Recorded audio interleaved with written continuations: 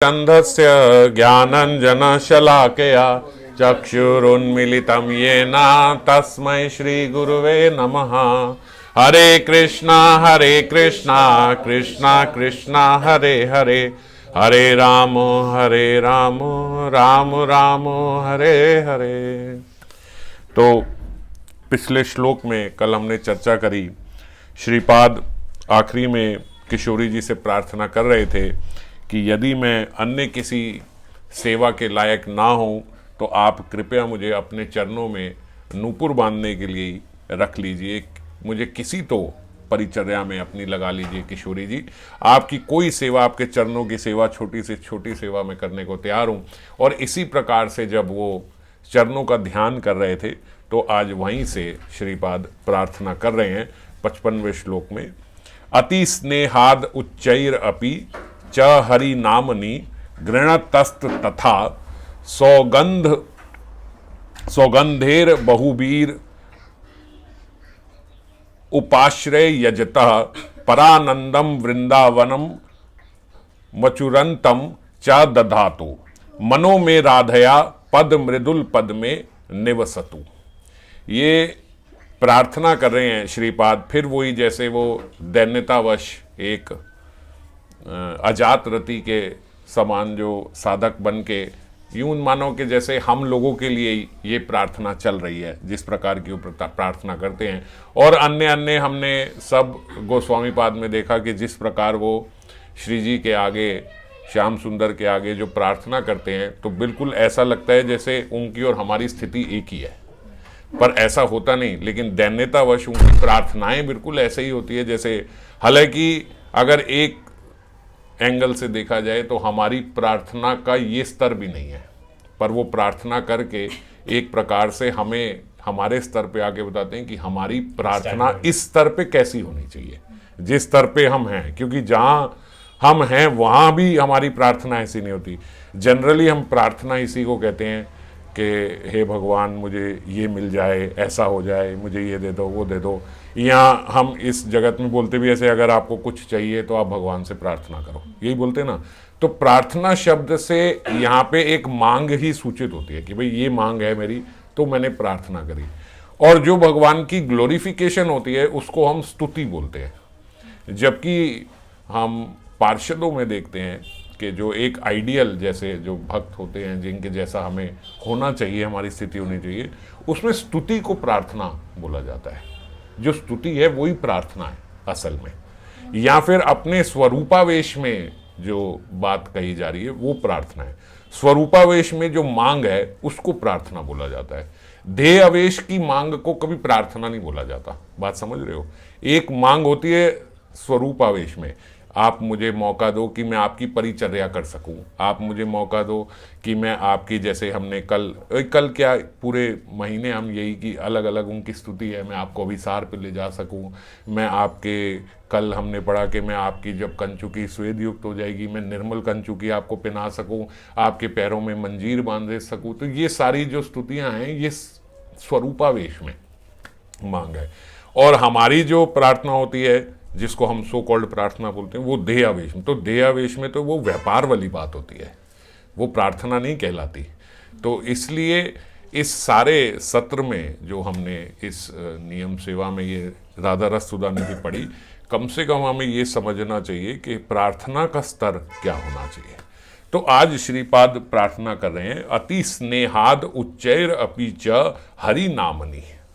अति स्नेह पूर्वक, अति स्नेहपूर्ण होकर उच्च स्वर से हरि नाम गायन करते करते, अति स्नेहाद उच्चैर अपि, अति स्नेहाद उच्चैर अपि, जोर से, अति स्नेह पूर्वक, प्रेम से और जोर से मैं कब हरि नाम गा पाऊंगा, हरि नाम गृणत, मैं कब हरि नाम गायन करूंगा, तथा हरि नाम गायन करते करते बहुत से सुगंधित उपचारों द्वारा अर्चना करूंगा।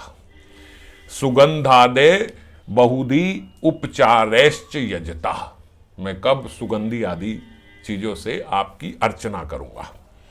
और अर्चना करते हुए वृंदावन में अनुचरणशील परम आनंदित मेरा मन श्री राधा के मृदुल पाद पद्मों में सदा अवस्थान करेगा। तीन चीजें यहां पे बोल रहे हैं। पहली कि मैं कब उच्च स्वर से हरि नाम करूंगा, दूसरा मैं कब सुगंधि आदि पदार्थों से आपकी अर्चना करूंगा, और तीसरा परानंदम वृंदावनम अनुचरंतम, मैं कब वृंदावन में कब वृंदावन में मैं परम आनंद से घूमूंगा, कब मैं वृंदावन में रहूंगा, या ऐसा समझे कि कब वृंदावन में रहते हुए परम आनंद से मनो में राधया पाद मृदुल पद में निवसतु, मेरा मन जो है आपके मृदु पद्म पाद में, आपके कमल चरणों में कब रमण करेगा, परम आनंद के साथ वृंदावन में रहते हुए कब मेरा मन जो है वो आपके मृदुल पाद पद्मों में रहेगा, अवस्थान करेगा। तो ये तीन प्रार्थना इस श्लोक में श्रीपाद कर रहे हैं। उच्च स्वर से हरि नाम, दूसरा उनकी अर्चना, और तीसरा वृंदावन में रहते हुए अपने मन को उनके चरणों में स्थित करना।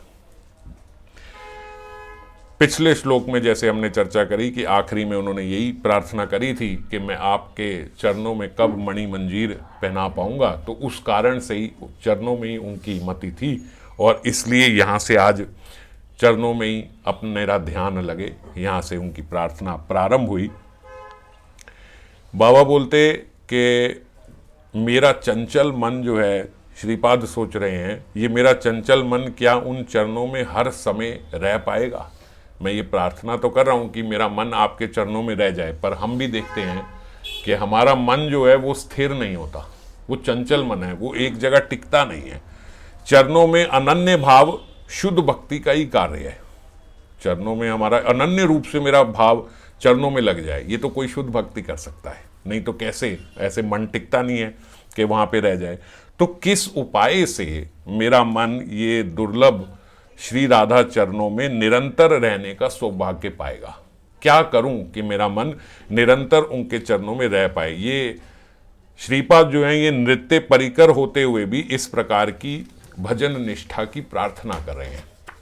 ऐसी भजन निष्ठा तो हमारे भीतर होनी चाहिए, भजन निष्ठा है ना ये, ऐसी भजन निष्ठा कि मेरा मन सदा किशोरी जी आपके चरणों में लगा रहे। लगता नहीं है, अब कैसे लगे, क्या उपाय है। स्वयं आचरण कर कर श्रीपाद जग जीवों को भजन निष्ठा की मानो जैसे शिक्षा दे रहे हो इस श्लोक के माध्यम से। भगवान को प्रेम करने से पहले साधक को बाबा बोलते भजन से प्रेम करना होगा। ये बात एकदम गांठ बांध के हमें अपने पास रख लेनी चाहिए कि भगवान को प्रेम करने से पहले भजन से प्रेम करना होगा। ये भजन जो है भगवान का, यही भगवान को हमारे समीप लेके आएगा। और इसमें बड़ा आनंद भी है। हम पिछले एक दो दिन से यही चर्चा कर रहे हैं कि नित्य पार्षद जब यहाँ आके साधना कर रहे हैं तो कितना आनंद होगा कि नित्य पार्षद वहां से यहाँ आ रहे हैं। भजन का प्रेम करना यदि हम सीख लिए तो भजनीय भगवान के प्रति स्वतः हमारा प्रेम हो जाएगा। अगर भजन से हो जाता है तो भजन सुचारू रूप से संपन्न हो, और सबसे बड़ी बात है कि सत्संग भजन हो। सत्संग भजन का मतलब मन के साथ भजन हो, मन के संग से भजन हो।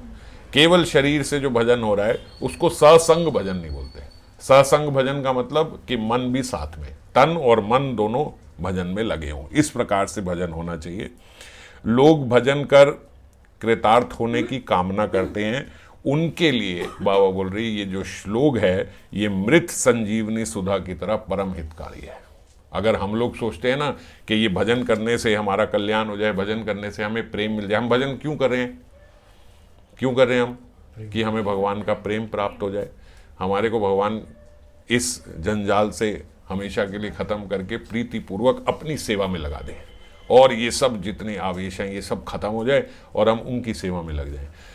तो बाबा बोल रहे जिन जीवों का ये लक्ष्य है, अगर ये प्राप्त करना है भजन से, तो ये श्लोक उनके लिए मानो संजीवनी बूटी है।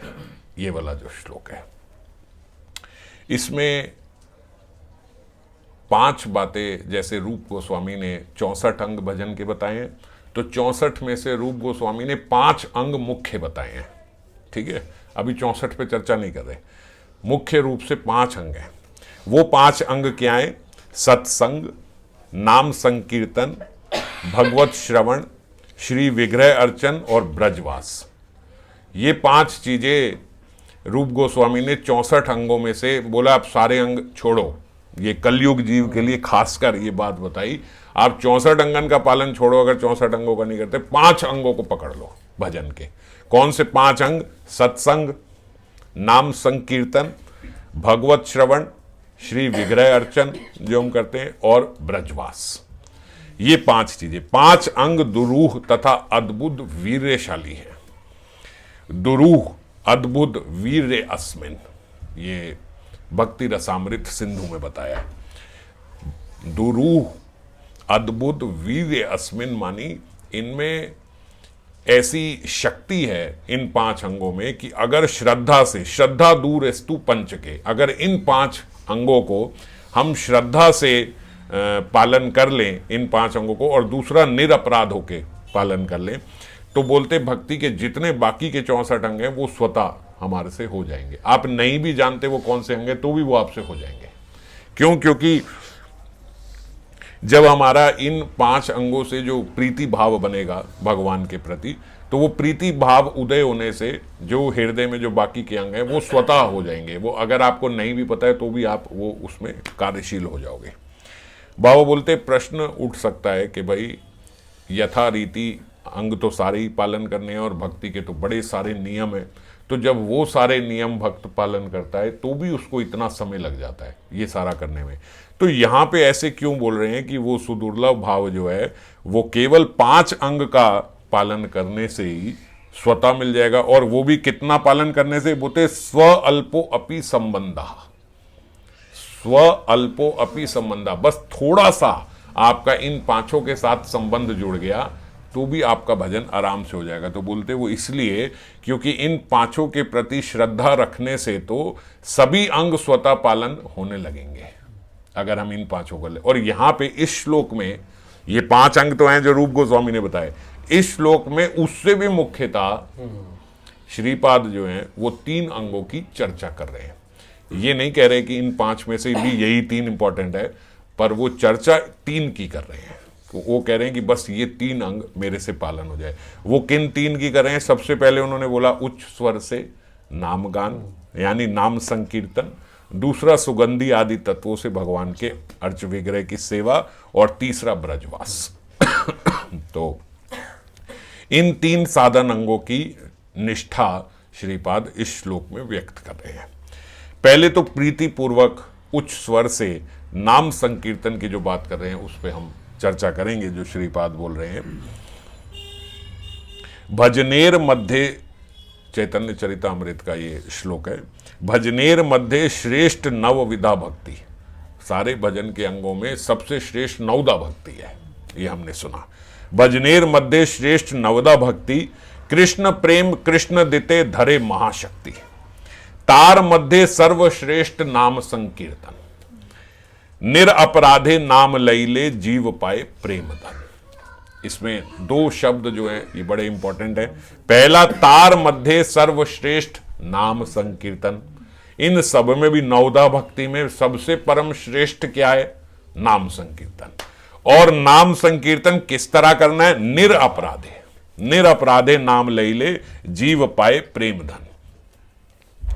हमारा सबसे बड़ा जो हमारे से एक गलत स्टेप जो हम ले लेते हैं, सबसे बड़ी गलती हम जो कर जाते हैं वो ये कर जाते हैं कि हम भजन करते करते करते करते अपराधों के प्रति जो होते हैं वो उसके प्रति अपनी सावधानी बहुत कम कर देते हैं। हम करने में तो जैसे कार्तिक मास में भी सब भक्तों ने, आज तो नियम सेवा का आखिरी दिन है, तो इसमें हम सब लोगों ने नियम बड़े बड़े लिए, हम ये करेंगे ये करेंगे ये करेंगे ये करेंगे, पर वो होता है ना, सावधानी हटी दुर्घटना घटी। हम क्या है कि सावधान नहीं रहते कि हमारे से कोई अपराध ना हो। भजन तो बढ़ा लिया, पर भजन बढ़ाने के साथ साथ उतनी सावधानी भी बढ़ानी पड़ेगी। आप गाड़ी में चल रहे हो, आपने गाड़ी की स्पीड तेज करी, तो जितनी स्पीड तेज करी उतना सावधान आपको रहना पड़ेगा, है कि नहीं? अब माला थोड़ी थोड़ी कर रहे थे, अब आपने ज्यादा माला, तो जितना ज्यादा शुरू किया उतनी सावधानी चाहिए, क्योंकि जितना भक्तों के बीच में जाओगे, जितना धाम जाओगे, सत्संग करोगे, सब करोगे माला तेजी से, उतना ही आपको सावधान रहना पड़ेगा। हल्का सा भी कोई गलत स्टेप, हल्का सा भी कोई अपराध महत अपराध बन जाएगा। क्यों? क्योंकि अब तो आप तेज स्पीड से जा रहे हो।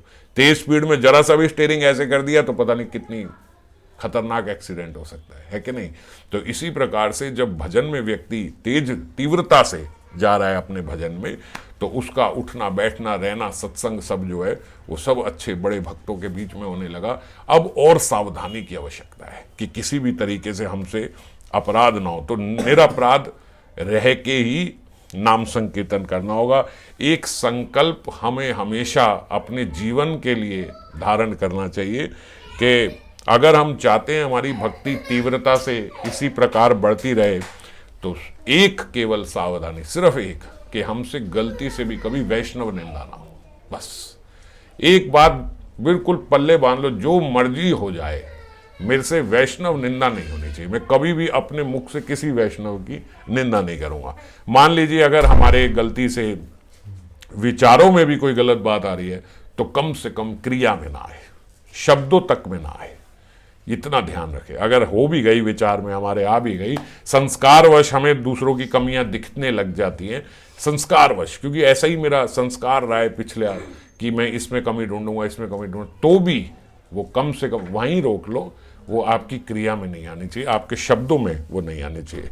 कृष्ण नाम गाने भाई, राधिका चरण पाई, राधा नाम गाने कृष्ण चंद्र।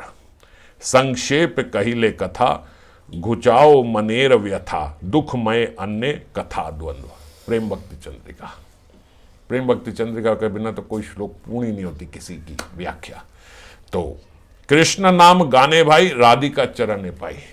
अक्सर लोग यहाँ पे इस प्रकार का प्रश्न गौड़िया वैष्णव में पूछते हैं कि भाई आप राधा नाम ही क्यों नहीं लेते, आप तो राधा मंजरी हो, राधा किंकरी हो, तो राधा नाम क्यों नहीं लेते।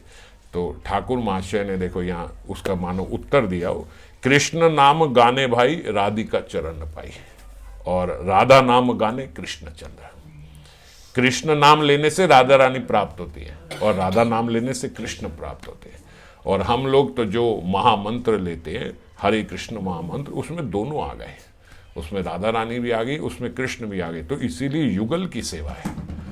तो नाम, ये हरि नाम जो है सबसे सर्वश्रेष्ठ अपना हरि नाम महामंत्र जो है, जो श्रीमन महाप्रभु ने हम लोगों को इसीलिए कलयुग में ये दे के गए कि दोनों का नाम और दोनों की सेवा हमें प्राप्त होगी।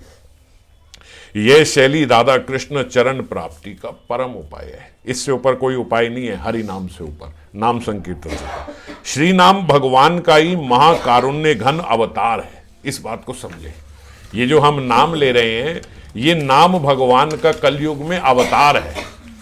ऐसे केवल अक्षर नहीं है, समझ गए।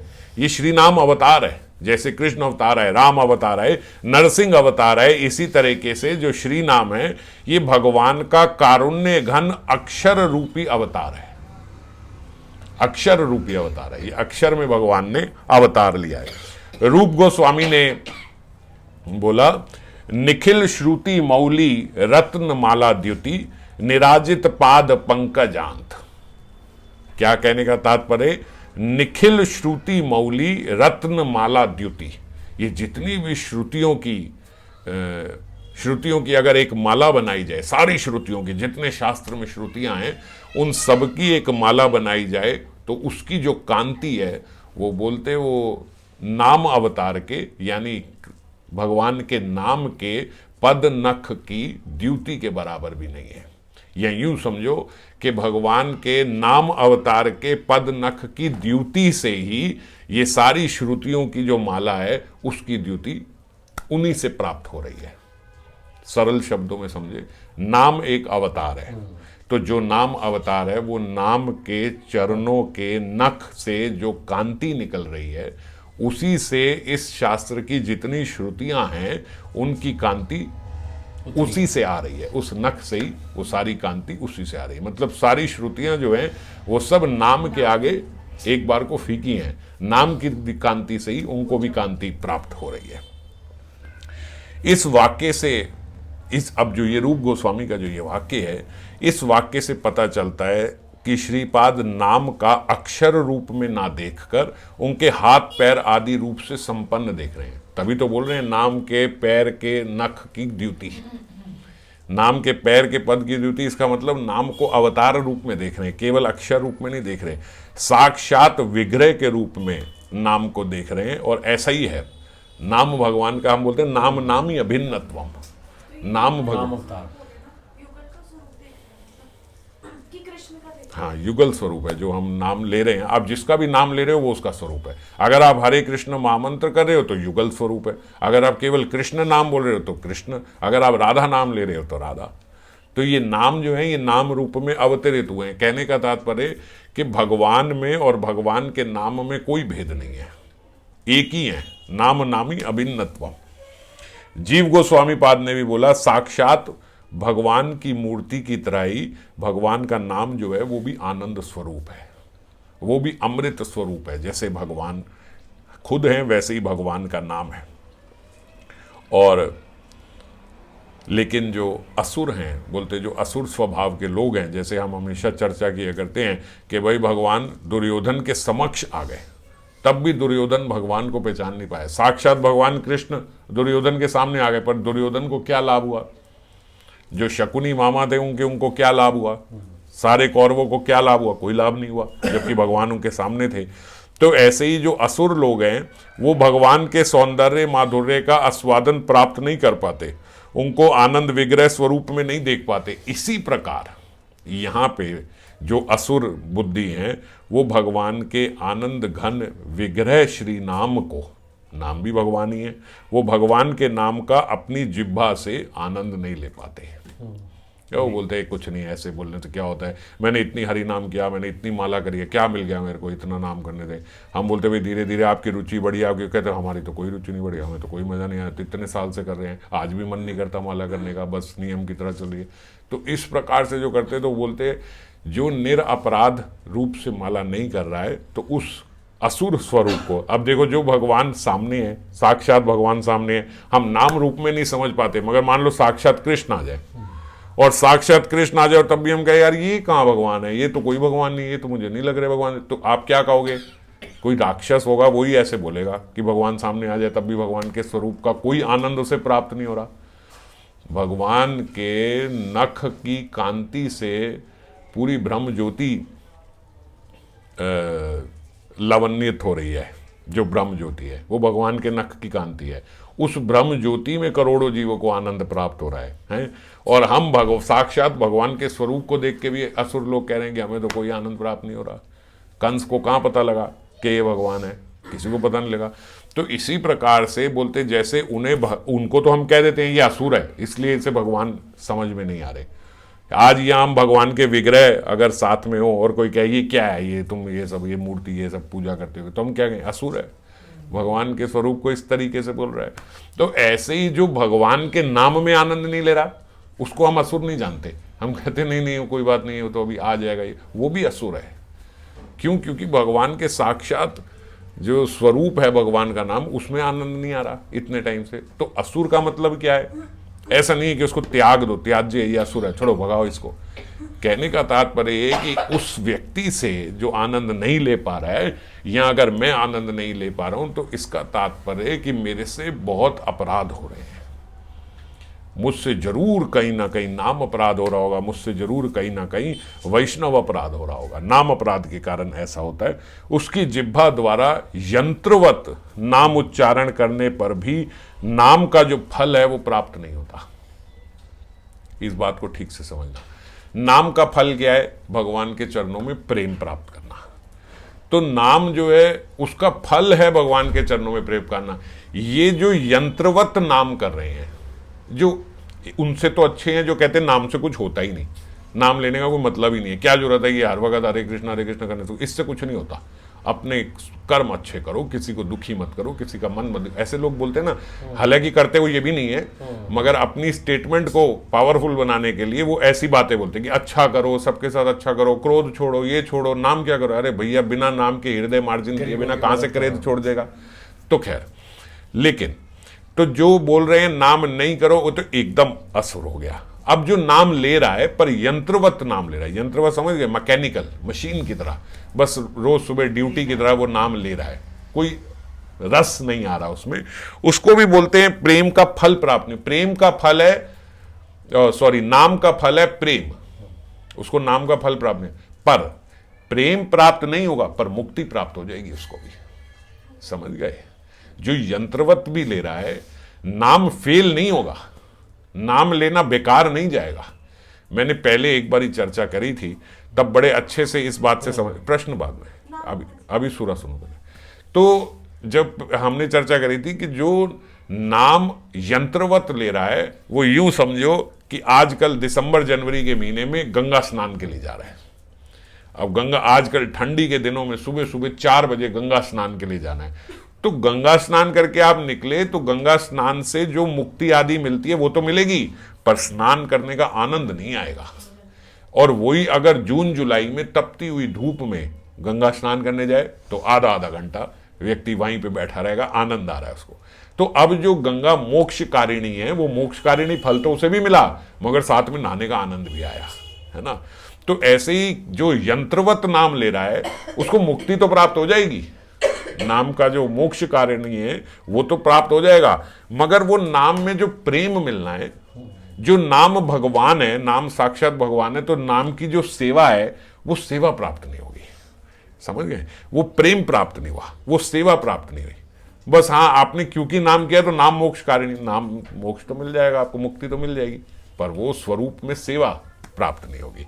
तो इसीलिए बोला कि अगर हमसे अपराध होगा तो अपराध के कारण हमें नाम का जो परम फल है वो प्राप्त नहीं होगा। श्री नाम लेने से अपराधी को कोई फल नहीं मिल रहा, मतलब उसका वो परम फल उसको नहीं मिल रहा। अब जो व्यक्ति ये संदेह करता है कि भाई इसको नाम का, ये यंत्रवत कर रहा था, इसको तो नाम का फल देखो नहीं मिला, तो लोगों के मन में, किसी के मन में ये संदेह आ जाता है कि नाम की महिमा के संबंध में जो बात बोली जाती है वो सत्य नहीं है। इसका मतलब ये इतने टाइम से नाम कर रहा है, इसको कुछ नहीं हुआ, तो इसमें जो हमारा संदेह बनता है, ये संदेह भी बोलते एक महाअपराध बन जाता है। फिर से जो हम ये देखते हैं ना कि भैया इसने इतना समय नाम लिया, फिर भी देखो ये बीमार हो गया, हॉस्पिटल में चला गया, क्या फायदा हुआ इतने नाम लेने का, इतने नाम ले रहा है, इसका तो एक्सीडेंट हो गया, ऐसे हम देखते हैं।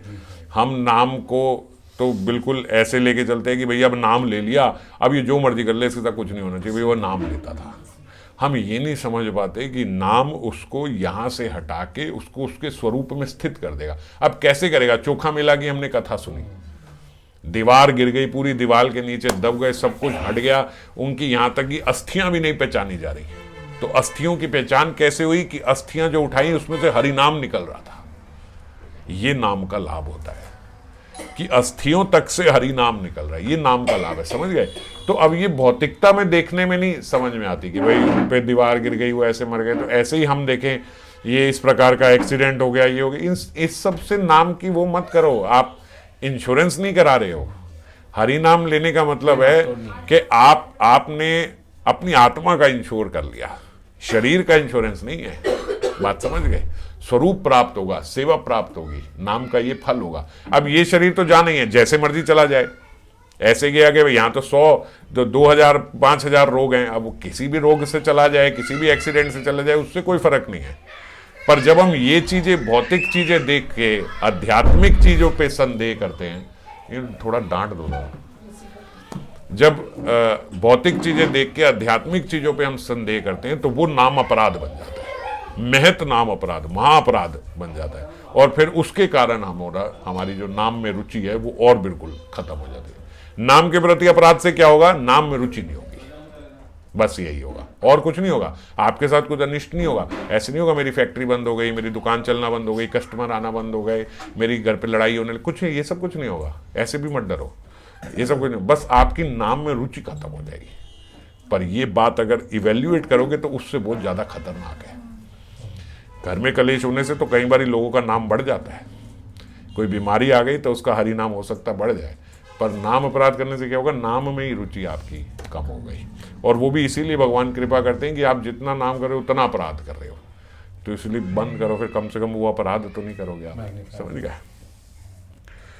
तो इस अपराध, अगर ये हमसे अपराध हो जाए, अब मान लो हो गया, हमने ऐसा सोचा, कभी ऐसा सोचा हुआ था, ऐसा सोचते थे, तो इस नाम का उपचार क्या है? उसी नाम का, उसकी नाम की महिमा का ही प्रचार करना।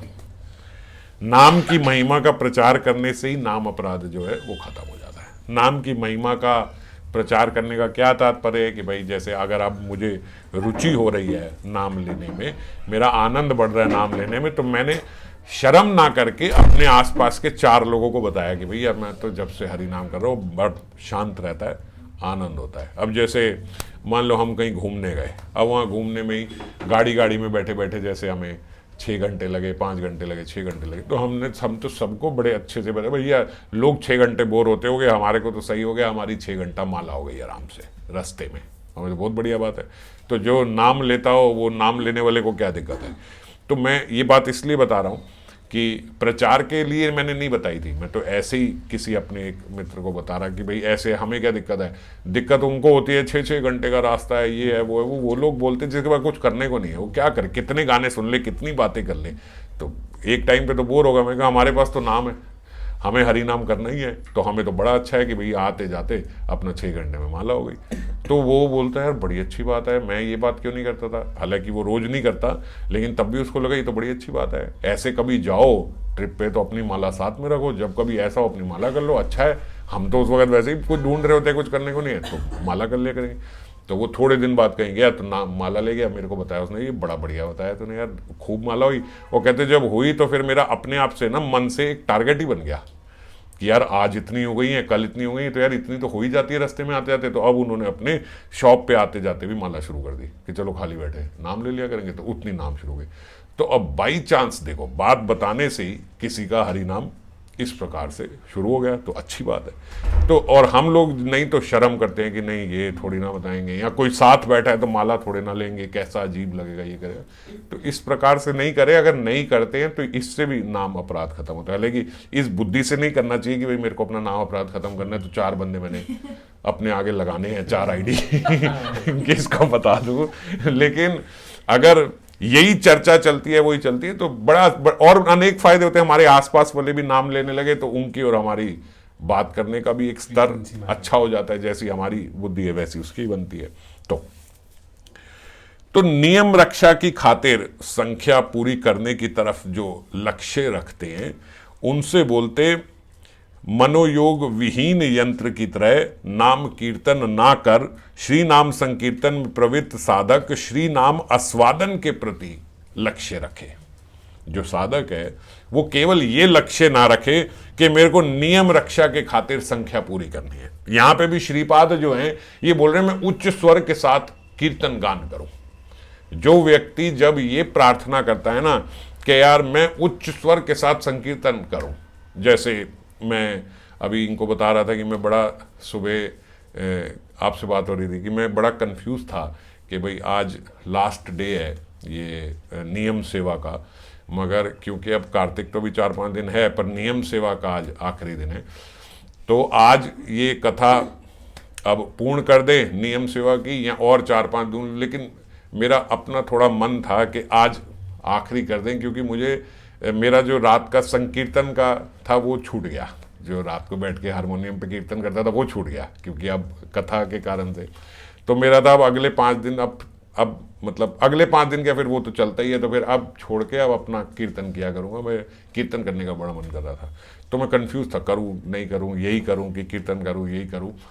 तो हालांकि अभी पिछले 3-4 दिन से यही चल रहा है। मैं पिछले 3-4 दिन से भी सोच रहा था कि यार क्या ऐसा नियम, मेरे को कीर्तन करना है, मैं कीर्तन नहीं कर पा रहा और मेरे को ये करने का बड़ा। फिर मैंने कहा चलो 3-4 दिन है अभी यही चलने दो, फिर उसके बाद कीर्तन करूँगा।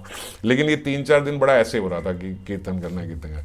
और आज भगवान की कृपा से ऐसा श्लोक के आगे जिसमें श्रीपाद ही बोल रहे हैं कि मैं कब उच्च स्वर से कीर्तन करूँ। मेरे को लगा भगवान ने जवाब दे दिया, अब आज ये आखिरी है, इसके बाद मैं भी कीर्तन ही करूँगा।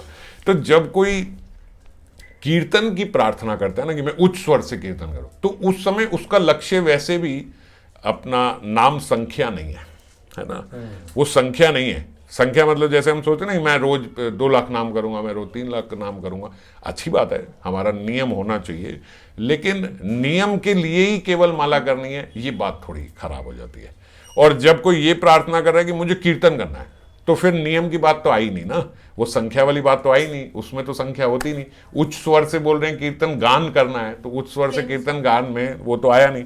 तो इसीलिए यहां बोल रहे हैं नियम रक्षा की खातिर संख्या पूरी करने के लिए केवल नाम लेना, ये लक्ष्य रख के नाम लेना कि इतनी संख्या करनी है, उससे उच्च बात है कि नाम आस्वादन के प्रति लक्ष्य रख के मनोयोग के साथ स्नेह प्रीति पूर्वक नाम का अभ्यास करें।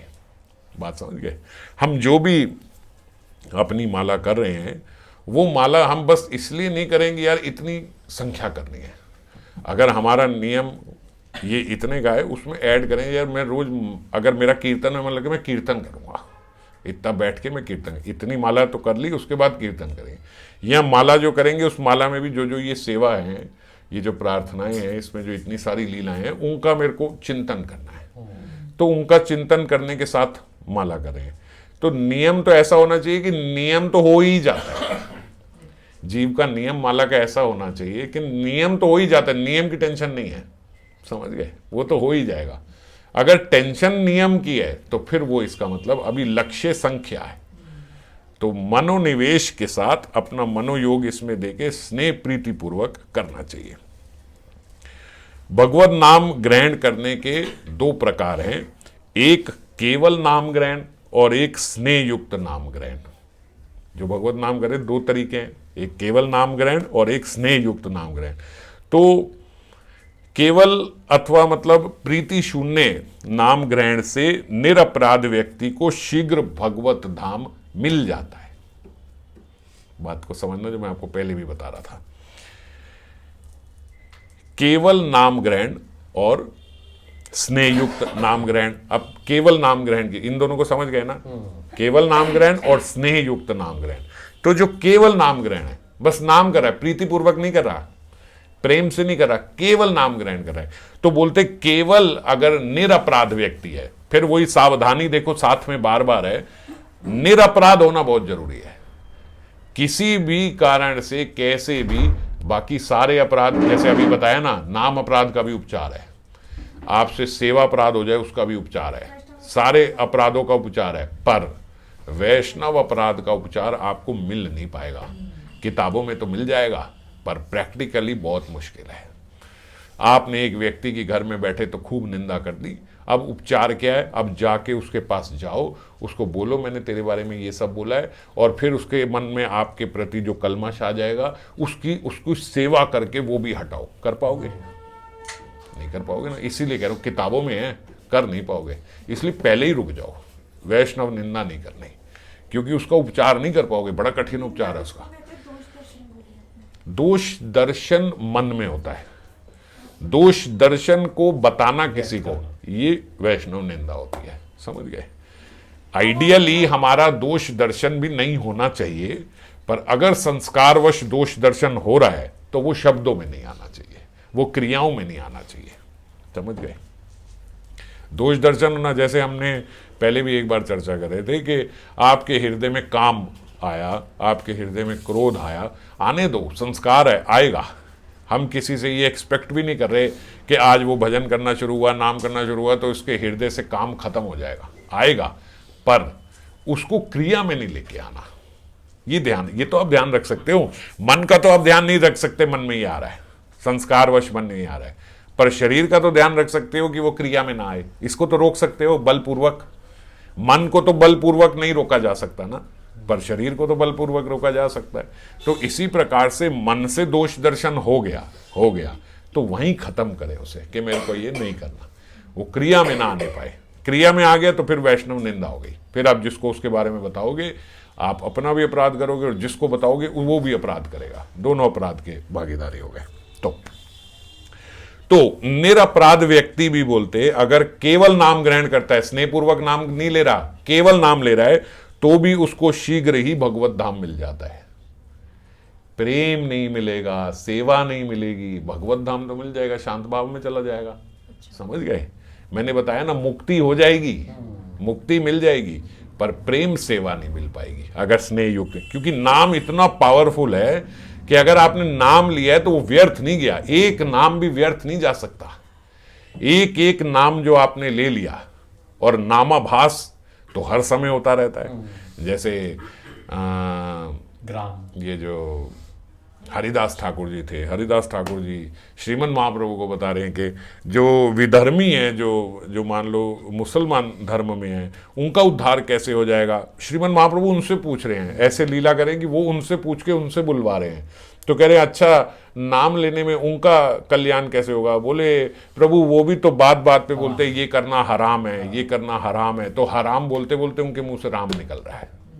ये भी नामाभास है। तो वैष्णव भी कोई हुआ जिसने एक बारी में भगवान का नाम नहीं लिया, तो प्रैक्टिकली आप किसी की नहीं कर सकते। तो हाँ, किसी की नहीं, ये बात है। तो निंदा नहीं होनी चाहिए किसी की भी। तो वैष्णव निंदा नहीं होनी चाहिए, मतलब किसी की निंदा नहीं। आपको ये तभी धर्मी है, इसके बारे में तो ना वो बोल रहा है ना, आप बोलते ये सुनारे जो है ना ये अपने किसी के सगे नहीं होते, ऐसा बोला जाता है ना। ये सुनियारे भाई किसी के सगे नहीं होते, हर एक को टांका लगा देते हैं। बोले इनका भी कल्याण होगा, हर समय यही बोलते कितना ग्राम सोना, कितना ग्राम सोना, इतना ग्राम सोना, मुंह से राम राम ग्राम ग्राम बोलते बोलते निकल रहा है। सब्जी वाले देखो भैया माता जी इतने ग्राम ले लो, ये ले लो 100 किलो 200 ग्राम, 1 किलो 200 ग्राम, राम राम नाम लिख गया। क्या ले लो, हरी मिर्च ले लो, हरी मिर्च, हरी मुंह से निकल गया। इस प्रकार से नामाभास करते किसी न किसी के मुख से कैसे न कैसे नाम निकल ही रहा है। बोलते प्रभु उनका भी कल्याण हो जाएगा, उन सबका भी कल्याण हो जाएगा। उच्च स्वर से संकीर्तन चल रहा है, हरी मिर्च ले लो, उच्च स्वर से हरी हरी हरी हरी करता हुआ जा रहा है। आप हरी हरी करते जा रहे हो, उच्च स्वर से संकीर्तन हो, वो हरी मिर्च ले लो करते हुए जा रहा है, हरी कल्याण, हरी सब्जी ले लो कल्याण हो गया, उच्च स्वर से संकीर्तन हो गया। तो नाम तो हो रहा है पर स्नेह युक्त नाम नहीं हो रहा, प्रीतिपूर्वक नाम नहीं हो रहा। तो भगवत धाम चले जाएगा, मुक्ति हो जाएगी, मोक्ष हो जाएगा, पर उसके लिए दूसरी कंडीशन और है, निरपराध होना चाहिए। निरपराध होना चाहिए। निरपराध नहीं होगा तो भी नामाभास जो है वो धीरे धीरे धीरे धीरे ग्राम ग्राम बोलते बोलते हरी मिर्च करते हराम करते करते भी उनका धीरे धीरे चित्त शुद्ध होने लगेगा। वहां से शुरू तो हो जाएगा, नाम छोड़ेगा नहीं। नाम एक बार आ गया तो कैसे भी करके उसका धीरे धीरे हृदय का शुद्धिकरण तो करेगा। और जिस दिन निरपराध हो गया उस दिन भगवत धाम भी चला जाएगा। और अगर स्नेह युक्त नाम ग्रहण करता है तो भगवत सानिध्य या भगवत सेवा प्राप्त हो जाती है। समझ गए, ये फर्क है। अगर स्नेह युक्त नाम लिया तो श्रीपाद जैसे जिस अवस्था में उस अवस्था में आप पहुंच जाओगे, फिर तो आपका स्वरूपावेश जागृत हो जाएगा। यहीं पे बैठे बैठे आपकी सेवा प्रारंभ हो जाएगी। श्री कृष्ण जो हैं वो कुरुक्षेत्र में जितनी जो ब्रज गोपियाँ थी, कुरुक्षेत्र जब वो जा रहे थे श्री कृष्ण, तो ब्रज गोपियों से नहीं, कुरुक्षेत्र में जब आई थी ब्रज गोपियाँ सारी, एक मिलन हुआ था ना उसमें, सूर्य ग्रहण का जो मिलन हुआ था। तो कुरुक्षेत्र में जब सब ब्रज गोपियाँ आई तो ये 10वें स्कंद के 81वें श्लोक के 81वें अध्याय का 31वां श्लोक है, 10:81-31। तो उसमें बोल रहे हैं, हे ब्रज सुंदरियों, मेरे प्रति भक्ति ही जीवों का अमृत तत्व है। जो मेरे प्रति भक्ति करता है वही जीवों के लिए अमृत तत्व बनाए। अतएव मेरी प्रीति तुम लोगों को यहाँ पे लेके आई है। तुम लोगों का जो स्नेह है वही तुम्हें यहाँ पे लेके आया है मेरे प्रति। तो वह मुझे बलपूर्वक खींचकर तुम लोगों के पास ले आता है। ये जो जिस प्रीति से तुम मेरे पास आए हो वो प्रीति बलपूर्वक मेरे को तुम्हारे पास खींच रही है। समझ गए? जिस स्नेह के कारण तुम यहाँ पे सारी आके एकत्रित हुई हो वो स्नेह ही मुझे आकर्षित कर रहा है। तुम नहीं आकर्षित कर, तुम्हारा स्नेह जो है उसने मुझे तुम्हारे प्रति आकर्षित। तुम नहीं मतलब तुम्हारा देह नहीं, तुम्हारा सौंदर्य नहीं, तुम्हारा जो ये भाव है, जो ये प्रीति का भाव है मेरे से, स्नेह पूर्वक नाम युक्त की बात हो रही है ना, इसलिए बता रहे हैं कि तुम्हारा जो ये मेरे प्रति जो स्नेह है, ये स्नेह ने मुझे तुम्हारे प्रति आकर्षित कर लिया है। इससे बाबा बता कंटेजियस, इससे बाबा बोल रहे पता चलता है कि भगवान के प्रति स्नेह जो है वो भगवत आकर्षण का परम उपाय है। सरल है। अच्छा, भगवान के प्रति जो उन गोपियों का स्नेह है, भगवान के प्रति जो हमारा प्यार है, वो भगवान को आकर्षित करने का परम उपाय है। भगवान को हमारे प्रति अट्रैक्ट करने का सबसे सरल तरीका है। क्या सरल तरीका है? कि हमारा भगवान से स्नेह हो जाए, हमारा भगवान से संबंध हो जाए, हमारा भगवान से प्रेम हो जाए। जैसे यहाँ किशोरी जी से प्रेम पूर्वक प्रार्थनाएं चल रही हैं, तो स्नेह पूर्वक नाम लेने से नामोच्चारणकारी जो हैं उसके निकट श्री नाम नामी को खींच मूर्त कर देता है। जब हम स्नेह पूर्वक हरि नाम लेते हैं तो हरि नाम जिस जो हम नाम ले रहे हैं, जो हम युगल स्वरूप नाम ले रहे हैं, वो साक्षात नामी को हमारे समक्ष प्रकट कर देंगे।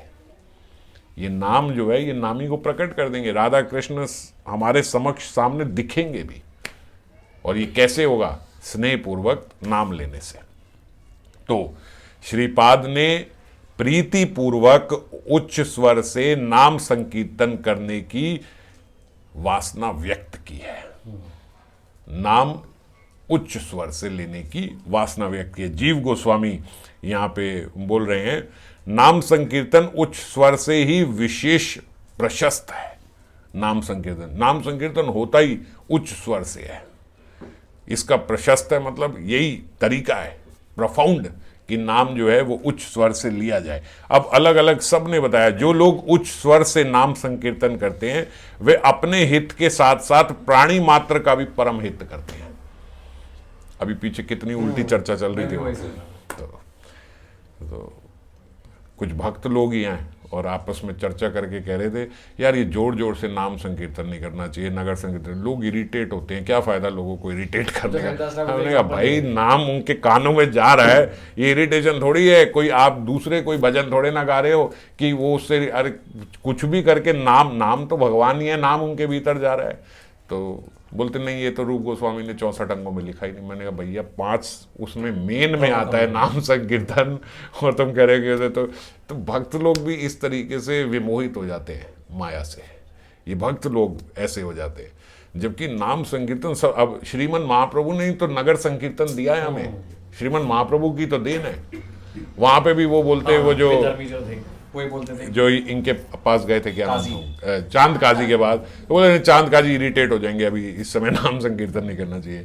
कितना लोग उल्टा सीधा बोलते थे। कभी महाप्रभु ने सोचा नहीं ये उल्टा सीधा बोलते, उस समय नाम संकीर्तन ही तो करना चाहिए, उनके हृदय का शुद्धिकरण हो जाएगा। क्योंकि नाम भगवान ही है, हम कुछ और नहीं लाउड स्पीकर में बोल बोल के डाल रहे।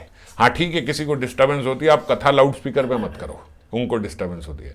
उनको डिस्टर्बेंस होती है कोई अन्य जो भजन गाते हो वो भजन आप लाउड स्पीकर पर नाम कर रहे, तो नाम तो साक्षात भगवान ही है ना। भगवान के गुणों को किसी को नहीं बता रहे, भगवान की और कोई बात नहीं बता रहे, कोई लीला नहीं सुना रहे, कुछ जबरदस्ती, नाम ही डाले, डायरेक्ट भगवान, डायरेक्ट साक्षात भगवान उनके कानों में जा रहे हैं, और कुछ नहीं डाल रहे हैं। अब वो बोलते हैं ना, तो जो भगवान का भक्त नहीं है उसको नाम की महिमा नहीं सुनानी चाहिए। ये बात तो भगवत गीता में बोली गई। अबे महिमा मत सुनाओ उसको, पर नाम तो भगवान है, भगवान उसके भीतर चले गए। तो अब जितने आज अगर आप देखें तो जितने ये विदेश के जितने भक्त जुड़ गए हैं, ये कहाँ से जुड़े हैं? प्रभुपाद ने नाम संकीर्तन ही तो किया था। आज राग मार्ग में भी सब आ गए, तो राग मार्ग में आए कहाँ से? नगर संकीर्तन से ही तो आए हो। विदेश में नगर संकीर्तन हुआ, उस संकीर्तन से ही तो आकर्षित हुए थे, और किस चीज से आकर्षित हुए थे? समझ गए? तो आकर्षण हुआ किससे? नाम से ही तो आकर्षण हुआ है, नगर संकीर्तन से ही तो आकर्षण हुआ, तभी तो जुड़े हो सारे के सारे। तो जो लोग उच्च स्वर से नाम संकीर्तन करते हैं वे अपने हित के साथ साथ प्राणी मात्र का भी परम हित करते हैं। प्राणी मात्र मतलब क्योंकि सब प्राणी मात्र के हृदय में, कानों में वो नाम जा रहा है। और नरसिंह पुराण में प्रहलाद जी ने नरसिंह भगवान की स्तुति करते हुए एक प्रसंग में बोला, जो महापुरुष उच्च स्वर से परम आनंद पूर्वक तुम्हारा नाम कीर्तन करते हैं उन्हें सभी जीवों का निरुपाधि बंधु मानना होगा, सारे जीवों का फ्रेंड मानना होगा उसको। He is friend to everybody. क्यों? क्योंकि वो जोर जोर से कीर्तन करके सबके कानों में भगवान डाल रहा है, कानों के माध्यम से उनके हृदय में सबके भगवान का प्रवेश करा दिया नाम दे देंगे। तो सबका फ्रेंड है वो जो इस प्रकार से करे। अब हरिदास ठाकुर जी की हरिदास ठाकुर जी कह रहे हैं, जपीले से कृष्ण नाम आपनी से तरे, जपीले जे कृष्ण नाम आपनी से तरे, वो अपने आप को तार लेगा जो नाम जप रहा है। उच्च संकीर्तने पर उपकार करे, और अगर उच्च संकीर्तन कर रहा है तो पर उपकार करे, तो लोगों का भी उपकार करे। जपने से तो अपना काम हो रहा है, और उच्च संकीर्तन करने से सारे लोगों का कल्याण रहा है। अतएव उच्च करी कीर्तन करी ले, जो उच्च स्वर में संकीर्तन कर रहा है, शतगुण फल है सर्व शास्त्रे बले।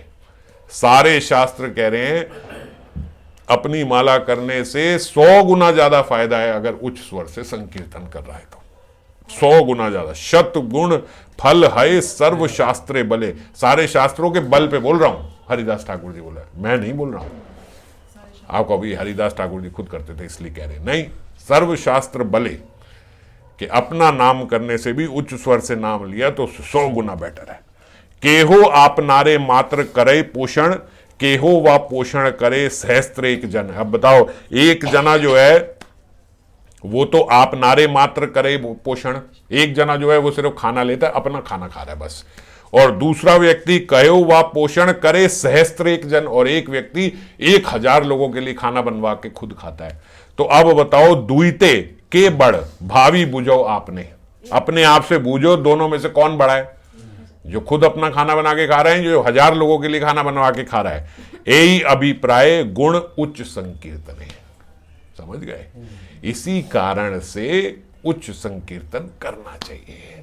जब नाम संकीर्तन उच्च स्वर से हो रहा हो उस समय माला ना करके उच्च स्वर से संकीर्तन करना चाहिए। संकीर्तन का 100,000 गुना ज्यादा लाभ है। अपना तो करो, पूरे दिन करते रहो, अपने तो करते ही रहेंगे। इस अभिप्राय के अतिरिक्त भी बाबा बोल रहे, अब देखो ये तो जो बाबा ने सारा बताया। अच्छा, अभी सनातन गोस्वामी का पहले और बताया, तो इसके अलावा सनातन गोस्वामी क्यों बोलते हैं उच्च स्वर से संकीर्तन करना चाहिए। वो बोलते देखो एक और बात भी है, जैसे वर्षा काल में चातक जो है, वो चातक पक्षी मेघों के बिना जिस तरह स आरती चित्कार करता है ना, आरती पूर्वक रोता है, चित्कार करता है, क्योंकि वो मेघों का ही जल पीता है, केवल वर्षा का ही जल पीता है। तो चातक जिस प्रकार से वो चित्कार करता है, यहाँ रात के समय जो चक्रवाकी पक्षी है वो अपने प्रिया के विरह में रोदन करता है, उसी प्रकार से साधक भी अपने प्रिय के विरह में सा आरती उच्च स्वर से हरे कृष्ण एति आह्वान मूलक भगवत नाम लेकर प्रीतिपूर्वक बुलाए। जो हमने कल बाई चांस चर्चा करी थी कि आइंद्र प्रभु भी यही बोला करते थे कि when you do संकीर्तन you should cry for Krishna, and if you cannot cry for Krishna you should cry that you are not able to cry for Krishna। तो वही सनातन गोस्वामी ने यही बात बोली है कि उच्च स्वर से रोते हुए, पुकारते हुए, चित्कार करते हुए, जैसे प्रभुपाद ने भी एक जगह बोला था, जैसे माँ और छोटा बच्चा अपनी माँ को पुकारता है तो वो चित्कार करके पुकारता है। आसपास अगर उसको अपनी माँ नहीं दिख रही तो छोटा बच्चा कितनी विकलता से चित्कार करते हुए अपनी माँ को पुकारता है। उसी प्रकार एक वैष्णव को उच्च स्वर से हरि नाम पुकारना चाहिए, विकलता के साथ, कि प्रभु मिल जाए, आ जाए, किशोरी जी, राधे, श्याम सुंदर, इस प्रकार हरे कृष्णेति मंत्र करते हुए उनको पुकारना चाहिए। और दूसरा अंग श्रीपाद ने बोला, हरिनाम, पहला हरिनाम उच्च स्वर से संकीर्तन करूं, और दूसरा अर्चनांग याजन, मैं आपकी अर्चना करूं। तो इसके लिए भी बोलते जैसे नाम नामी में कोई भेद नहीं है, वैसे ही विग्रह अर्चन करने वाले साधक की प्रतिमा नाए साक्षात तुम्ही ब्रजेंद्र नंदन, इस विश्वास से प्रीतिपूर्वक विग्रह की सेवा करके वो भी धन्य होता है। नाम और नामी में कोई भेद नहीं है, ऐसे ही भगवान के विग्रह और भगवान में भी कोई भेद नहीं है। प्रतिमा नाई साक्षात तुम्ही ब्रजेंद्र नंदन, आप कोई केवल प्रतिमा नहीं हो, आप साक्षात ब्रजेंद्र नंदन हो। जैसे श्री नाम जो है वो भगवान का कारुण्य घन अवतार है, ऐसे ही विग्रह भी भगवान का कारुण्य घन स्वरूप है। अब हम भगवान की सेवा कहाँ करते, कहाँ जाते, कैसे हम भगवान की तेल मालिश करते, कैसे हम भगवान को स्नान कराते, कैसे हम भगवान के चंदन माल्यम करते, कैसे करते, हम चाह के भी जीव कैसे कर सकता है। तो उसके लिए भगवान भगवत स्वरूप में साक्षात एक एक के घर पहुंच गए, लो ये भी कर लो। कलयुग में फैसिलिटी देने में भगवान ने कोई कसर नहीं छोड़ी, जो मर्जी ले लो भैया, तुम्हें जो चाहिए चलो, ये चाहिए ये ले लो, ये चाहिए ये लो, जहां चाहिए वहां कर लो। बाथरूम में बैठ के आदमी कथा चला के सुन रहा है। हालांकि कई संत बोलते हैं कि ऐसा करना नहीं चाहिए, कि भाई कथा सुनने के लिए जो कथा एक संत की श्री श्री राजेंद्र दास जी एक कथा बता रहे थे, बोलते एक संत जो है वो जीवन भर अपना भजन करते रहे। एक बारी जब काफ़ी बूढ़े हो गए, तो क्योंकि वो तो पुराने समय से चलते आ रहे, अब काफ़ी बूढ़े हो गए, अब नहीं मतलब आज से भी 20-30 साल पहले की बात है, तो वो काफ़ी बूढ़े हो गए, तो उनको किसी ने हनुमान प्रसाद जी की, भाई जी की कथा की कैसेटें ला के दी कि आप ये सुन लिया करो। तो वो उनको ये सब पता भी नहीं था कि ये सब कैसेट रिकॉर्डर ये सब होता है। उनको कैसेट लगा के उन्होंने कथा ओए भाई जी की कथा ये कैसे आ गई? बोले रिकॉर्ड होती है, ये सब होती है, आप प्ले कर सकते हो। 30-40 साल पहले कैसेट प्लेयर ही होते थे, बड़ी बात होती थी। बोले रुको बंद करो। बंद करके बोलते उनके लिए आसन लेके आए, गादी बिछाई, उसमें वो ट्रांजिस्टर को रखा, फिर उसमें कैसेट लगा के उसके ऊपर शॉल दे के फिर रखा, अब रखो, अब सुनाओ, और नीचे बैठ गए, उनको ऊपर आसन पे रख के नीचे बैठ गए। बोले उनकी और उनकी वाणी में भेद थोड़ी है, उनकी वाणी चल रही है तो उनकी वाणी। और फिर उसके बाद जब भी सुनते तो बोलते ट्रांसफार्मर को वो एक व्यास आसन बिठा के, उसमें व्यास आसन में उसको बिठा के, उनको शॉल दे के, आगे पानी का गिलास रख के, फिर वो कथा बैठ के नीचे बैठ के सुनते। जब सुनते ऐसे सुनते। तो बोलते देखो, वो उस समय बता रहे थे ये कथा सुनने का, कथा श्रवण का ये तरीका है। ऐसे नहीं कि हमारा आप अपना कोई और बात कर रहे हो, आपस में बातचीत चल रही है, कुछ चल रही है, लगाते लगाते कान में सो गए, उठे, वो चल रही है, अच्छा चलो वो बंद करके पीछे करके यहाँ अपना टॉयलेट में गए, अपना सुसु पोटी चल रही है, वहाँ पे कथा चल रही है, आदि समझ में आई। इस तरीके से नहीं होना चाहिए आइडियली। अब क्या करें, लोगों की व्यस्तता ऐसी है कि कई लोग बोलते भैया वो आधा घंटे का समय अगर वो वेस्ट हो जाएगा तो क्या कर तुम। लेकिन आइडियली हर चीज की एक आइडियल स्थिति होती है, आइडियल स्थिति है। अब आप देखो आप कितना उसके आइडियल के निकट जा सकते हो। तो जैसे अब हम लोग भी कम से कम ये ध्यान रखते हैं कि अगर कथा चलाई है तो आपस में बात ना करें, मिनिमम इतना तो ध्यान रखें। अगर बात करनी है, पीछे कुछ चाहिए, तो वैसे तो ऑफिस में पूरा टाइम पीछे फिर संकीर्तन चल रहा है, तो वो संकीर्तन पीछे लगा के छोड़ दिया, फिर जो मर्जी करता हूँ। मगर कथा जब लगाई है तो फिर ध्यान रखें कि फिर बात ना करें।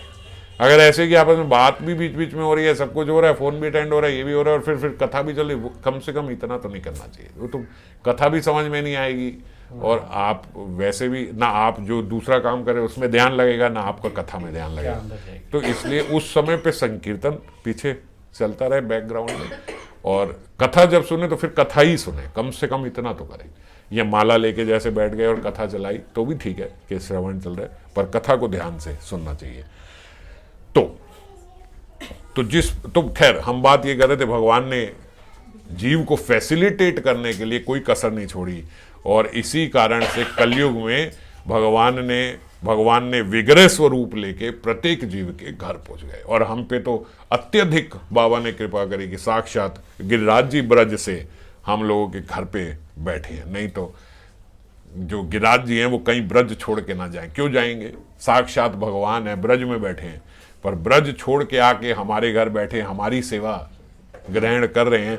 जैसा जैसा हम टॉर्चर कर रहे हैं, कभी भी कहीं भी उठा लिया, कहीं भी सुला दिया, कहीं भी ले गए, कुछ भी करा, घूमने ले गए, इधर करके उधर करके, कहीं छोटे छोटे बैग में रख रहे हैं, इसमें रख रहे हैं, तब भी सब कर रहे हैं। क्यों? कि कम से कम आपका मेरे से कोई संबंध बन जाए, किसी तरीके से तुम ये संबंध बना के मेरे पास आ जाओ। तो हमसे ज्यादा तत्पर भगवान है कि ये मेरे पास आ जाए। जैसे एक माता तत्पर होती है कि भैया पुत्र साथ ही रहे, बच्चा चंचलता में इधर उधर भाग जाए, लेकिन माता भी साथ रखते हुए ये नजरों के सामने ही रहे, कहीं ओझल ना हो। ऐसे ही भगवान अपनी नजरों के सामने हमें रखने के लिए विग्रह रूप में साक्षात हमारे साथ आ गए। तो इनमें और भगवान में कोई भेद नहीं समझना चाहिए। नाम विग्रह स्वरूप तीन एक रूप, तीने भेद नहीं, तीन चिदानंद रूप। तीन चीजें भगवान साक्षात खुद ही है। एक भगवान का, एक तो साक्षात जो भगवान ही है, भगवान का स्वरूप, दूसरा उनका विग्रह रूप, और तीसरा नाम रूप। ये तीन एक ही हैं, यानी भगवान का विग्रह और भगवान का नाम, इनमें कोई भेद नहीं है, ये एक ही है। अब हम सब जो लोग अलग अलग धुनी करके, अलग अलग धुनों में, अलग अलग ट्यून्स में हम लोग ट्राई करते हैं हारमोनियम और इसमें संकीर्तन करने का, सबसे सरल माध्यम है भगवत प्राप्ति का, मुझे तो ऐसा लगता है। कोई कहे भैया ये क्या ट्यून व्यून बनाने से क्या होता है, अरे क्यों नहीं होता यार, जो नाम है वो जो नाम है, नाम का श्रृंगार कैसे होगा, अलग अलग धुनों से नाम का श्रृंगार ही तो हो रहा है, आनंद ही तो वर्धन हो रहा है। अब कितने लोग जो हम देखते हैं वैसे माला नहीं करते, मगर अगर अच्छी ट्यून लग जाए तो वो संकीर्तन उनके दिमाग में चलता जाता। जैसे वो आपके घर गए थे तो वो जो आपके 2 भाई आए थे जो, तो वो जब हम बाद में भी गए तो वो बाद में वही चलता जाता, तो वो कह रहे थे अब मेरे दिमाग में ट्यून बैठ गया, वही चलता जाएगा चलता जाएगा चलता जाएगा। तो वो अपने आप से, चाहे अब नाम का कुछ पता नहीं है, कोई नाम के बारे में कोई ज्ञात नहीं है, लेकिन ट्यून की वजह से उनके मन में हरे कृष्ण कीर्तन चलते जा रहा है चलते जा रहा है, हरे कृष्ण करते जा रहे, उस ट्यून में करते जा रहे हैं। तो और हम जब नए नए जाते हैं मंदिर में तो हमें भी भगवान के विग्रह में जो भगवान का इतना सुंदर स्वरूप उन्होंने सजाया होता है, इतने अच्छे ड्रेसेस पहनाई होती हैं, इतना अच्छा श्रृंगार, वो आकर्षित कर जाता है कि नहीं कर जाता। अगर मान लो टेढ़े मेढ़े से विग्रह हो भैया, ऐसी ऐसी आंखें हैं बस ये हैं बस ये, तो हम उतना आकर्षित नहीं होंगे, है ना। तो लेकिन जब बड़ा सुंदर श्रृंगार किया होता है तो प्रारंभिक अवस्था में जीव उसी से आकर्षित होता है। तो ऐसे ही लोग कीर्तन की ट्यून से, उसके श्रृंगार से, उससे आकर्षित हो गए। तो इसलिए क्या बुरा है अगर मान लो आजीवन ऐसा निकले कि भैया रोज यही नियम है जीवन भर की, एक हमने ट्यून बनाई ये किया और फिर जोड़ के संकीर्तन किया और मन लगा के संकीर्तन कर रहे हैं, समय है ही नहीं कहीं इधर उधर अपराध करने का, तो बहुत अच्छी बात है। बड़ा सर्वोच्च जीवन है, ब्रज में बैठ के अगर यही संकीर्तन रोज चल रहा है, बहुत अच्छी बात है, ऐसा चल जाए तो ब्रज में बैठ जो हाँ करना है वही यहाँ। मैंने कितनी बार आप लोगों से ये बात बोली कि देखो ब्रज में रहना बड़ी उत्तम स्थिति है, पर ब्रज में रह के मन ब्रज में ना रखना ये कोई स्थिति अच्छी नहीं है। पर ब्रज में ना रह के मन ब्रज में रखना ये भी उत्तम स्थिति है, समझ गए, अति उत्तम। आप ब्रज में ही रहो, तन भी ब्रज में रहे, मन भी ब्रज में रहे, बहुत बढ़िया बात है, इससे अच्छी कोई बात ही नहीं है। ब्रज में आपका तन तो पहुंच गया मगर मन आपका यहीं पे है, खराब बात है। आप यहां पे हो लेकिन मन आपका ब्रज में पहुंच गया, उत्तम, कोई समस्या नहीं है। बाबा बोलते वो ब्रजवास के बराबर है, हमेशा तो अगर यहाँ पे रह के मन वहां पे चला गया तो ज्यादा फायदा ना कि हमारा हमेशा थोड़ी ना रहेगा। अति उत्तम। आप वहां जाओ, आपका मन भी वहीं पे, आपका तन भी वहीं पे, बहुत अच्छी बात है, इससे अच्छी कोई बात ही नहीं हो सकती। इसीलिए उन्होंने भी तीसरा यही बोला कि मेरा ब्रज में वास हो जाए। अगर तन और मन दोनों ब्रज में आपके चले जाएं, अति उत्तम है, इससे बढ़िया कोई बात नहीं है। अगर ऐसा कर सके तो, नहीं कर सकते तो मन वहां पे रखे, तन भले यहाँ रहे लेकिन मन आपका ब्रज में ही रहे, वो भी उत्तम है, वो भी ब्रजवासी माना जाएगा। उससे भी भगवत प्राप्ति और सेवा आदि सब कुछ मिल जाएगा, प्राप्त हो जाएगा। नामदेव जी कहाँ थे, कहाँ रहते थे नामदेव जी? आज जहाँ नामदेव जी रहते थे पंढरपुर में, उसको धाम बना दिया लोगों ने, और बात सही है, क्योंकि वो संत वहाँ रहे। वो संत ऐसे एक आध दो तीन संत नहीं, फिर उसके बाद कितने संत रहे जिन्हें भगवत प्राप्ति हुई। तो जहाँ जिन संत को रह के भगवत प्राप्ति हुई वो धाम हो गया। क्यों धाम हो गया? क्योंकि भगवान वहाँ आते थे। जहाँ पे नरसिंह भगवान ने प्रहलाद जी को दर्शन दिए थे, आज वो जगह बांग्लादेश में है। तो बांग्लादेश में वो जगह धाम है कि नहीं है? वहाँ नरसिंह भगवान साक्षात प्रकट हुए थे, वो धाम हो गया। अब आप जाओ धाम यात्रा में बांग्लादेश, कोई समस्या नहीं है, वो धाम है जहाँ होते। तो वहाँ आ गए इसलिए वो धाम हो गया, समझ गए। आप यहाँ पे बैठ के करो भैया, लोग आके श्रीवास आंगन में आके माथा टेका करेंगे, यहाँ वैशाली देवी रही थी, यहाँ भगवत प्रकट हुए थे, आप करो ऐसा, बड़ी अच्छी बात है। तो मन अगर वहां चला जाए तो जहां आप बैठे हो मन चंगा ते कसौटी गंगा। वो कौन थे उनकी कथा में करें? रैदास जी। रैदास जी वहां थे, वहीं उनके जहां वो चमड़े के जूते धोते थे वहां पे गंगा प्रकट हो गई, समझ गए। क्यों? क्योंकि मन वहीं लगा हुआ था। तो मन लगना, मन धाम में रहे, बड़ी उत्तम स्थिति है, वो ब्रजवासी है, वो ब्रजवास है। बल्कि अगर वहां रह लिए और मन वहां ना लगा, वो बड़ी खराब स्थिति है।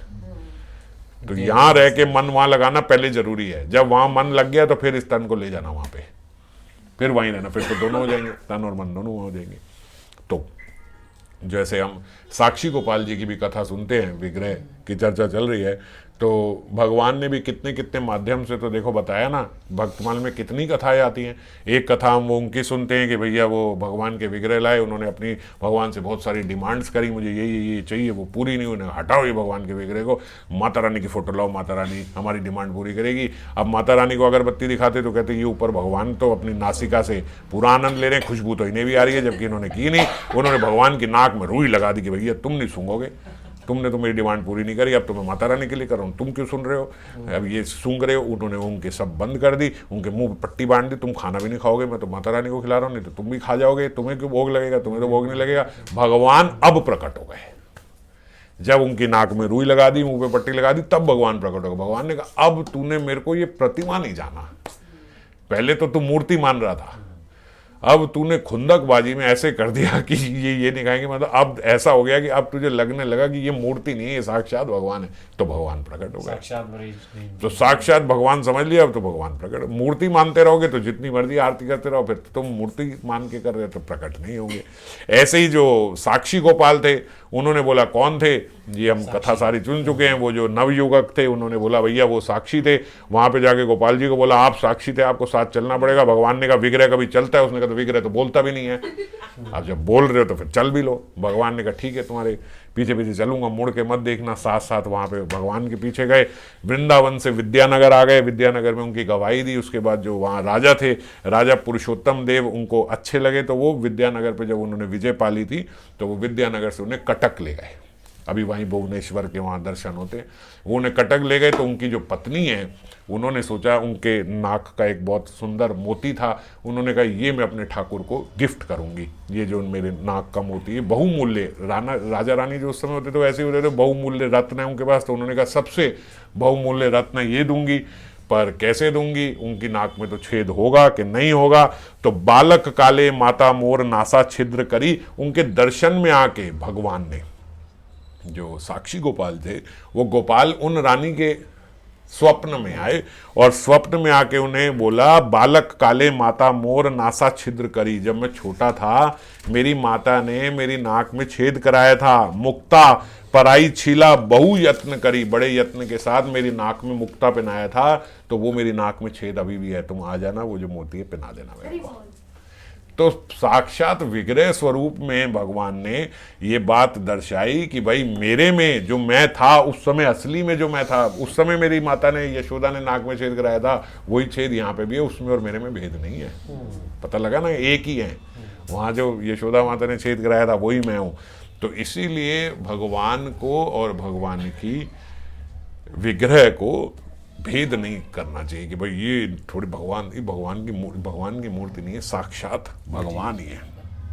और तीसरा उन्होंने बोला कि परमानंद के साथ वृंदावन वास की अभिलाषा मेरे भीतर है, कि मेरा मन जो है वो आपके चरणों में लगे और मैं वृंदावन वास करूं, श्री राधा की विहार भूमि में मैं हूं, ऐसा अनुभव लेकर बाबा बोलते ब्रजवास करना चाहिए। यही पूर्ण ब्रजवास है। क्या पूर्ण ब्रजवास है?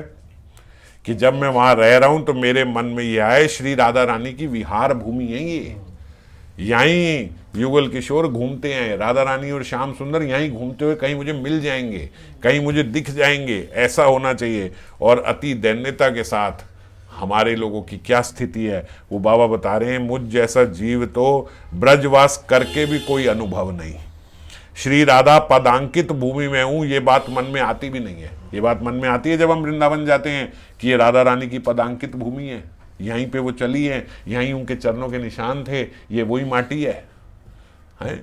आज लोग बार्गेनिंग करते हैं, बहस करते हैं कि भैया क्यों चप्पल क्यों नहीं पहन के जा सकते, ये क्यों नहीं कर सकते। हमारे गोस्वामी लघु शंका भी जाते थे, अगर मान लो मलमूत्र आदि भी करना है, वो ब्रज की सीमा के बाहर जाके करते थे कि ब्रज में थोड़ी ना मलमूत्र त्याग करें। इस प्रकार से रहे हैं ब्रजवास में, तो अलग जगह बनाई थी कि यहीं पे, ऐसे नहीं, समझ गए, ऐसे नहीं कि वहीं थूक रहे हैं, वहीं खा रहे हैं, वहीं जूठा गिरा रहे हैं। बड़ा ध्यान रखना चाहिए ब्रजभूमि में रहते हुए। वहाँ के जो पक्षी भी हैं वो श्री राधा रानी का यशोगान गा रहे हैं। क्या हम कभी इस बात को समझते हैं? हम वहाँ कुछ सुन नहीं पाते जो उनका पक्षी गान का इस तरीके से कलरव है। क्यों? क्योंकि हम लोगों को अब ये वृंदावन भी जो है एकदम प्राकृत जैसा लगता है, और ठीक भी है बोलते, क्योंकि जो चिदानंद स्वरूप है वो इन जो अप्राकृत वस्तु है वो इस प्राकृत नयनों से कैसे गोचर होगी। ये मटेरियल आइज से हम वो स्पिरिचुअल को कैसे देख पाएंगे, उस स्पिरिचुअल वर्ल्ड को नहीं देख पाएंगे। पर जो चीज़ देख नहीं पा रहे हैं है तो सही, समझना तो चाहिए। इस प्रकार से हमारी व्रज में जाके बड़ा केयरफुली हमें रहना चाहिए कि ये राधा कृष्ण की विहार भूमि है। यहाँ जितने भी ब्रजवासी हैं वो ब्रजवासी उनकी लीला के परिकर है। अबे तबे करके बात नहीं करनी चाहिए, लड़ाई झगड़ा कलेश आदि वहाँ पे नहीं करना चाहिए किसी से भी। जो ब्रजवासी है वो वहाँ का परिकर है, समझ गए। गाड़ी इत्यादि से भी ज़्यादा नहीं घूमना चाहिए, एक जगह जाके खड़ी कर दी बस बंद कर दी, ज़्यादा गाड़ी वाड़ी से हॉर्न बजा के ये सब ब्रज में ये सब करना ही नहीं चाहिए। नंगे पैर चलना चाहिए, चप्पल पहन के नहीं चलना चाहिए। क्यों? क्योंकि वहाँ उनकी विहार भूमि, अपराध होगा अगर उस पर हम लोग पदांकित भूमि में अपनी चप्पल रख देंगे तो बड़ी सारी चीज़ों की ऐसे, इतना मतलब ऐसे नहीं है ये डूज एंड डोंट्स है, ये हृदय से आना चाहिए, ऐसा भाव आना चाहिए ब्रज में, ब्रज के प्रति। तो जब ऐसा भाव आए तो तन से वहाँ भी रहना चाहिए। अभी मन से ये बात जब तक यहाँ पे है तब तक मन से कम से कम ब्रजवास करना चाहिए। तो इस तरह इस जो ये 3 भजन के स्वरूप बताए हैं, इसका आचरण कर सके तो मेरा मन सदा श्री राधा के परम मृदुल पाद पद्मों में वास करेगा। ये वो प्रार्थना कर रहे हैं। थोड़ा लंबा है श्लोक, साथ रहो, खत्म नहीं हुआ अभी। तो ये बाबा बोलते कि देखो ये तो सिद्ध दशा विषयक था जो अभी तक हमने चर्चा करी। ये तो ये साधक दशा थी। साधक दशा में वो ऐसा सोच रहे हैं। एक एंगल उनका सिद्ध दशा का भी हो सकता है। तो सिद्ध दशा में क्या बात है, बोले वहाँ पे मानो लीला उनके हृदय में स्फुरित हुई, और लीला में स्फुरित हुआ तो देख रहे हैं कि जावत में, किशोरी जी जहाँ रहती है जावत में, वहाँ अपनी जावत में किंकरी के रूप में श्रीमती की परिचर्या में रत है। किंकरी के रूप में श्री राधा रानी की सेवा आदि में वो श्रीपाद रत हैं। विरह में श्री राधा की प्रेम पीड़ा अत्यधिक बढ़ गई। उनकी प्रेम पीड़ा, कृष्ण से विरह अब उनसे बर्दाश्त नहीं हो रहा, और वो विरह के कारण उनको विरह मूर्छा भी हो गई, बेहोश हो गई श्री राधा रानी अतिशय विरह के कारण। तो वो विरह मूर्छा दूर करने के लिए श्रीपाद प्रार्थना कर रहे हैं कि कब मैं उच्च स्वर से संकीर्तन कर पाऊंगा, और स्नेहपूर्वक इसीलिए उस समय वो उच्च स्वर से श्रीमती के कानों में कृष्ण नाम सुना रहे हैं। विरह से ही मूर्छा आ गई है, तो जिनके विरह से मूर्छा आ गई है उन्हीं का उच्च स्वर से नाम सुना जाएगा। तो विरह मूर्छा दूर करने के लिए ये प्रकृष्ट उपाय है, गारंटीड इलाज है कि कृष्ण नाम उनके कानों में सुनाया जाए। अब कृष्ण नाम संकीर्तन करने लगे, मूर्छम अपनुवती, उनकी मूर्छा हटाने के लिए। तो बोलते ये हरि नाम जो उन्होंने किया इससे भी उनकी मूर्छा हटी नहीं। हालांकि किशोरी जी ने उन्हें ये सब बताया हुआ है कि इस प्रकार से अगर मूर्छा हो जाए तो ये करना चाहिए। और बाबा यहाँ पे बहुत बढ़िया बताते कि श्रीमती द्वारा आस्वाद्य हरे कृष्ण नाम की माधुर्यपूर्ण व्याख्या भी बड़ी अद्भुत है। किशोरी जी भी हरे कृष्ण महामंत्र करती है, किशोरी जी भी। तो जब वो, इसमें हैरान क्यों हो रहे हो, ये पहले भी हमने चर्चा करी थी कि गोलोक से ही उत्पत्ति हुई है ये हरे कृष्ण महामंत्र की। तो अपने भक्तगण हरे कृष्णा करते करते भी हैरान होते हैं कि अच्छा वो किशोरी जी क्यों कर रही है। किशोरी जी भी करती हैं, किशोरी जी के पिताजी भी करते थे, वृषभानु महाराज भी करते थे। आपको बताया था कि वहाँ पे जब वो ऋषि के पास भेजा था उनको पार्वती जी ने, तो कृतु महाराज जो थे वहाँ पे, कृतु महाराज ने उन्हें ये महामंत्र ही दिया था कि महामंत्र जप करो, जिनकी कृपा से किशोरी जी वहाँ पे प्रकट हुई। तो किशोरी जी भी महामंत्र करती हैं, और वो बोलते कि जब वो महामंत्र करती हैं तो पहला हरे जब वो बोलती हैं तो उस हरे नाम श्रवण मात्र से उनका अभिप्राय ये होता है, उस हरे से वो बोलती हैं जिसने मेरा मन हर लिया। हरे मेरा मन जिसने हर लिया। कृष्णा, कृष्णा यानी वंशीवादेन गृहत मन माम आकर्षी। कृष्ण कौन?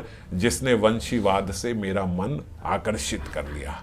फिर हरे, हरे कौन? जिसने लज्जा धैर्य आदि हरसी, जिसने मेरी लज्जा और धैर्य आदि हर लिया। सुहरि कृष्णा, हरे कृष्णा हरे कृष्णा।